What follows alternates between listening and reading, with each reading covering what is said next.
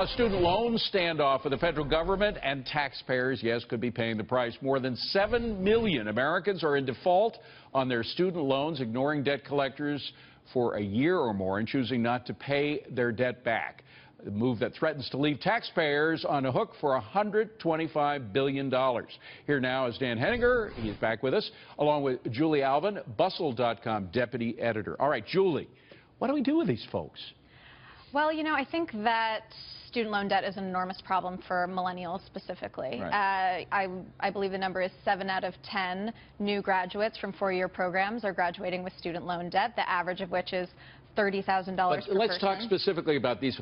80% of the people that have taken out student loans are paying back, at least partially. These folks aren't paying off at all. Do we forgive them, or do we well, I think that what we need taking to a piece of their salary? I think what we need to do is reform the student loan debt system, basically. So, you know, obviously this is something that's a big topic of conversation in the political election, with a lot of people talking about what to do about student loans and how to... So would you, that's essentially a forgiving, is it not? I mean, Dan, the thing that surprised me in reading this story in your paper, the Wall Street Journal, is that the Obama administration, for all of their concern about student loan debt, they are garnishing the wages more of these folks who aren't paying at all, or who haven't paid in a year or more. So they are stepping up. I think they've taken in about $500 million from these folks. Yeah, it's quite right out of their wages. It's quite a mess. It was the Obama administration that nationalized the student debt system, and they extended. How so?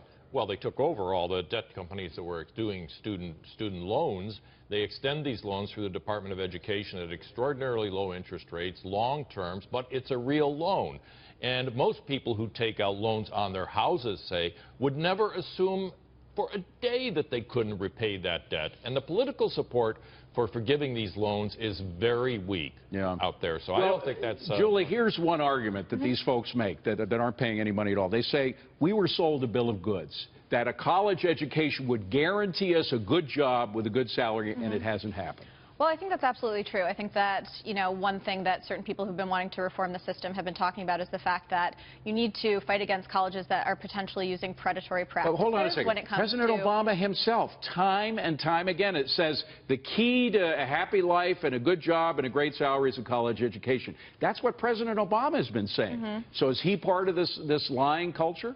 Well, I think that it's really more sort of on the fault of specific universities who say, here are our graduation rates. A lot of times those are, or excuse me, here are post-graduation employment rates. Here are post-graduation earnings rates. And a lot of times those numbers are inflated. But and people sort of do buy into the system. They take on these loans at these exorbitant interest rates. I understand, but the president has been among the cheerleaders saying all you need is a college education and you'll get a great job. I agree with Julie to a great extent that colleges should be held to account. But Barack Obama is the fellow who produced, say, in the last quarter, 1.2% growth.